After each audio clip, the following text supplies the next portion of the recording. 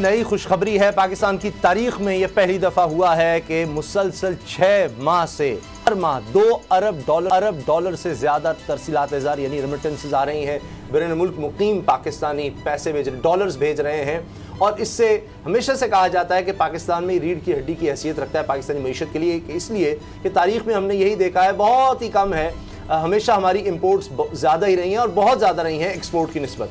और फिर डॉलर्स में सारा ये लेन देन होता है, तिजारती सारा मामला, तो डॉलर्स की हमेशा कमी का सामना रहता है। और ये जो बाहर से डॉलर्स आते हैं ये पाकिस्तान का मामला चलाने में बड़ा अहम किरदार अदा करते हैं। और इसीलिए इमरान खान साहब कहते हैं कि हमारे ओवरसीज़ पाकिस्तानी हमारा सबसे बड़ा असासा है।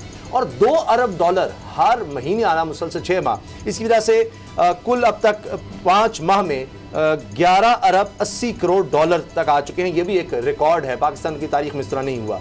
इसके साथ मैं आपको बताऊं कुछ और अच्छी खबरें कि पंजाब हुकूमत की तरफ से 5 नए NOCs जारी किए गए हैं सीमेंट प्लांट्स के लिए। और 73 साल में कुल 12 प्लांट पंजाब में थे, अब 5 NOCs का मतलब है कि 5 और प्लांट्स आ रहे हैं सीमेंट के। सीमेंट की खपत पाकिस्तान में रिकॉर्ड सतह पर पहुंच चुकी है, एक्सपोर्ट भी बहुत ज़्यादा हो रहा है।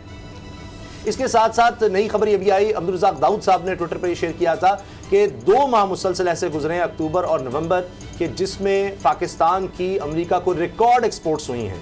पाकिस्तान ने कभी भी किसी एक महीने में 40 करोड़ डॉलर से ज़्यादा एक्सपोर्ट नहीं किया अमेरिका को। और अमेरिका बहुत बड़ी मंडी है, दुनिया की सबसे बड़ी मंडी मानी जाती है। तो उस लिहाज से अगर आप देखें तो पाकिस्तान ने बहुत बड़ी अचीवमेंट की है, 40 करोड़ डॉलर से ज़्यादा अक्टूबर और फिर नवंबर में भी। तो ये इस तरह की अच्छी खबरें आ रही हैं जो लग रहा है कि पाकिस्तान का मुस्तकबिल बेहतर होने जा रहा है। असद खरल साहब, ये अब फाइनली लग रहा है कि 2-2.5 साल के बाद आखिर कुछ अच्छी खबरें माशी मैदान में आने लगी हैं। तिजारती खसारा उसामा साहब, दुनिया में देख लें कि पूरी दुनिया में कोरोना की एक आलमी वबा जो है, उस वजह से रोज़गार कम हुए हैं, वेजेस कम हुए हैं, लोगों की जॉब्स खतरे में पड़ी हैं। उसके बावजूद मैं समझता हूँ ये इंडिकेटर जो आए हैं कि जिस तरह नवंबर में 2 अरब 34 करोड़ डॉलर तक ये रेमिटेंसेस आई और अक्टूबर के मुकाबले में ये 2.4% इसमें इजाफा हुआ, जबकि गुज़श्ता साल नवंबर के मुकाबले में इस साल तरसीलात ज़ार जो है वो 28.4% बढ़ी हैं। अब इस हवाले से स्टेट बैंक का भी कहना है कि अक्टूबर के मुकाबले में नवंबर में तरसीलात ज़ार 2.44 बढ़ी है और 27% इजाफा हुआ है 5 माह के दौरान, जुलाई था नवंबर तक। और ओवरऑल जिस तरह आपने बताया हुजम जो 11 अरब और 80 करोड़ डॉलर तक पहुँच गया। एक तो ये बहुत खुश आइंद खबरें हैं और दूसरी जानब उसामा साहब, ये जो मैं बता रहा हूँ कि ये जो PDM के जलसे और मुल्क दुश्मनों जो कूदते हैं वो अपना रंग दिखाना शुरू कर रही हैं। अभी एक शाहदरा से एक नेटवर्क पकड़ा गया है जिसका टारगेट उसको ये दिया गया था और उसके ताने बाने इंडिया और अफगानिस्तान से मिलते हैं और उसका ये टारगेट था कि उसने ये जो 13 दिसंबर का जलसा है इसको निशाना बनाना था। अभी दोबारा एक थ्रेट अलर्ट जारी हुआ है और उसके अंदर भी यही बताया गया है कि पेशावर के हम जो है वहाँ पे जो हमला उनका नाकाम हुआ या नहीं कर सके, लाहौर के अंदर दोबारा से वो टारगेट करने की जो ग्रुप्स हैं वो कोशिश कर रहे हैं। और इंडिया आपको पता है पाकिस्तान के मामलात को हमेशा वो एक्सप्लॉइट करता है और अपना वो फायदा निकालता है और इस तरह वो वाकयात करता है। दुनिया की तारीख में ऐसा नहीं हुआ होगा कि जो अभी एक तरफ हमें वबा है कोरोना का खतरा और दूसरी तरफ ये जो थ्रेट अलर्ट जारी हो रहा है। तो मैं समझता हूँ कि इस हवाले से भी हमें मोहतात रहना होगा। हमारे सिक्योरिटी इदारे भी चौकस हैं, उन्होंने एक नेटवर्क ऑलरेडी पकड़ा है शाहदरा के करीब से, लेकिन ये मामला अभी ये खतरा टला नहीं है। तो इस हवाले से हमें भी अपनी आंखें कान हमें खुले रखने चाहिए और अलर्ट रहना चाहिए, चीज़ों को देखेंगे। बाबर डोगर साहब, अभी जिस तरह असद खरल साहब ने बात की, पाकिस्तान माशी मैदान में आगे जा रहा है, इंशाअल्लाह अल्लाह ताला करे, हमारा ये वतन है, अल्लाह ताला करे कि बहुत तेज़ी से तरक्की करे। लेकिन दुश्मन का आप देखिए कि इस वक्त दुनिया में एक बड़ी खबर बनी है, पाकिस्तान इस बारे में बार बार आवाज़ उठा रहा है, अक़वाम मुत्तहिदा की सतह पर भी, यूरोप ने की 500 मीडिया आउटलेट्स बनाई हुई थी जाली।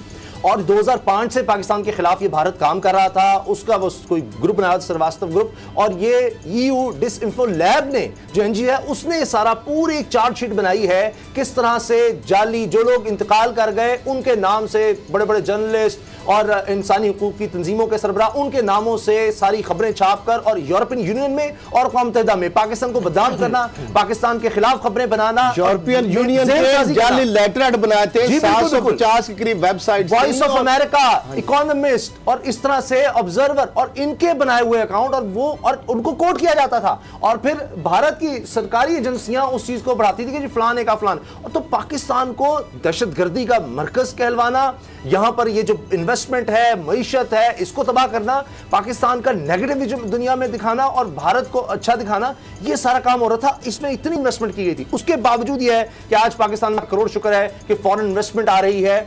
और अभी हाल ही में वर्ल्ड बैंक की रिपोर्ट आई कि इस मौजूदा सूरत हाल में पाकिस्तान दुनिया के बेहतर ममालिक में नजर आ रहा है कि जहां इन्वेस्टमेंट आ रही है इस माहौल में भी। उसामा साहब, माजी में अनफॉर्चुनेटली पाकिस्तान की जो हुकूमतें थीं वो तो इंडिया से दोस्ती के चक्कर में थीं।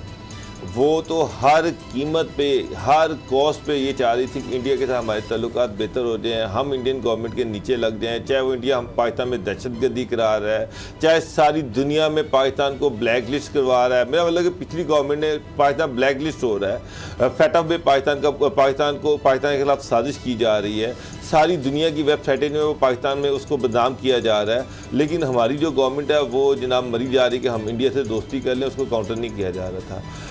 शुक्र है आज मैंने फिर आज उस्मान बुज़दार साहब ने एक ब्रीफिंग दी जिसमें लाहौर में नए डेवलपमेंट प्रोजेक्ट जो हैं उसके बारे में बताया गया। उसमें लाहौर में जेल रोड पर, फिरोजपुर रोड पर, माल रोड पर बहुत सारे अंडर पासिस और ओवर पासिस बनाए जा रहे हैं। उसके साथ साथ मैंने कल भी आपको बताया था कि लाहौर में फिर एक वो बस चलाई जा रही है, इलेक्ट्रिक बस चलाई जा रही है माल रोड पर और केनाल रोड पर, जो कि पोल्यूशन फ्री होगी। अभी सियालकोट में देखें, इमरान खान साहब ने कहा है कि हम पूरी तरह फैसिलिटेट करेंगे, जो इकोनॉमिक जोन्स बनाए जा रहे हैं उनका मकसद ये इन्वेस्टमेंट हो। और तो जो प्रोस्पेरिटी आ रही है, जो बाहर से पैसा आ रहा है, उसके जो आगे असरात है वो आहिस्ता आहिस्ता नुमाया होने शुरू हो गए हैं। मैं कि ये चीज़ अलहदा है कि लाहौर में पहले एक चीफ मिनिस्टर थे जो हर चीज़ में शोबाजी किया करते थे, तस्वीर ज़्यादा थी, प्रेस रिलीज ज़्यादा थी, काम कम था। लेकिन यहाँ पर यह है कि काम हो रहा है लेकिन उसको उस तरह से शोबाजी नहीं की जा रही, उसको उस तरह से खेला नहीं जा रहा जिस तरह से पहली गवर्नमेंट खेलती रही। सर, इंटरनेशनल ऑर्गेनाइजेशन ने कहा है कि जो हमारा एहसास प्रोग्राम है, देखिए बेनजीर इनकम सपोर्ट प्रोग्राम आया, बड़ा ज़बरदस्त था, उसको भी सराहा गया। अलग बात कि 8 लाख उसमें से वो जाली सारा कुछ हुआ, वो लंबी कहानी हो जाएगी किस तरह लोग पकड़े गए कि सरकारी मुलाजिम भी ले रहे थे।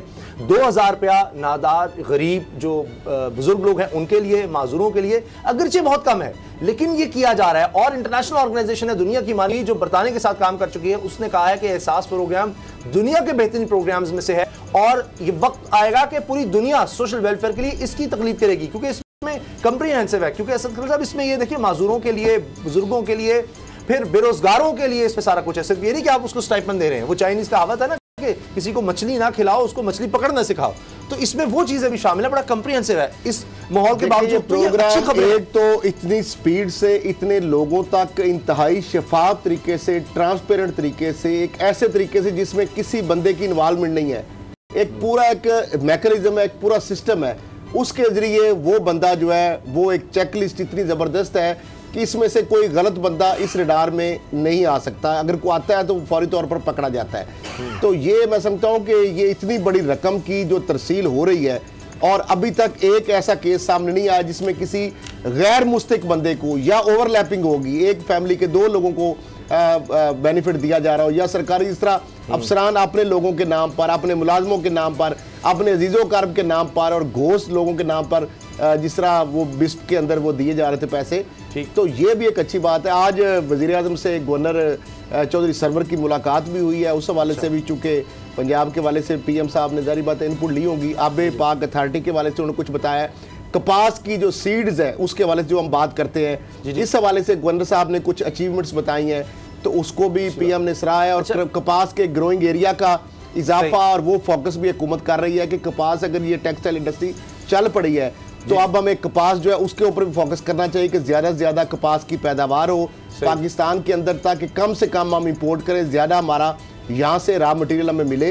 तो ये भी एक खुशाइंद बात है कि कपास के हवाले से या जो पंजाब के अंदर ये भी कहा जा रहा है कि हमारी अब एक्सपोर्ट जो है फिनिश्ड गुड्स में, यानी तैयार जो कपड़े हैं उनमें ज्यादा हुई है, तैयार टेक्सटाइल्स में। पहले दूसरी चीजों में ज्यादा थी, कभी कोई धागा बाहर जा रहा है कुछ, तो इससे मार्जिन आपका बढ़ जाता है, वो भी बहुत अच्छी बात है। अब ये दुआ ये है कि जिस तरह से हम देख रहे हैं तवानाई के बड़े बड़े मंसूबे हैं, डैम्स तवानाई के शोबे में अभी कैनअप आगे बढ़ रहा है। तो सबसे अहम चीज़ है तवानाई और मैन पावर तो पाकिस्तान के पास है, स्किल्ड लेबर चाहिए। तो पूरी दुनिया से इंशाल्लाह इन्वेस्टमेंट पाकिस्तान आएगी जैसे जैसे CPEC आगे बढ़ेगा, और अल्लाह करे कि ये खुशखबरियों का सिलसिला इस तरह जारी रहे ताकि हमारा मुल्क तरक्की करे।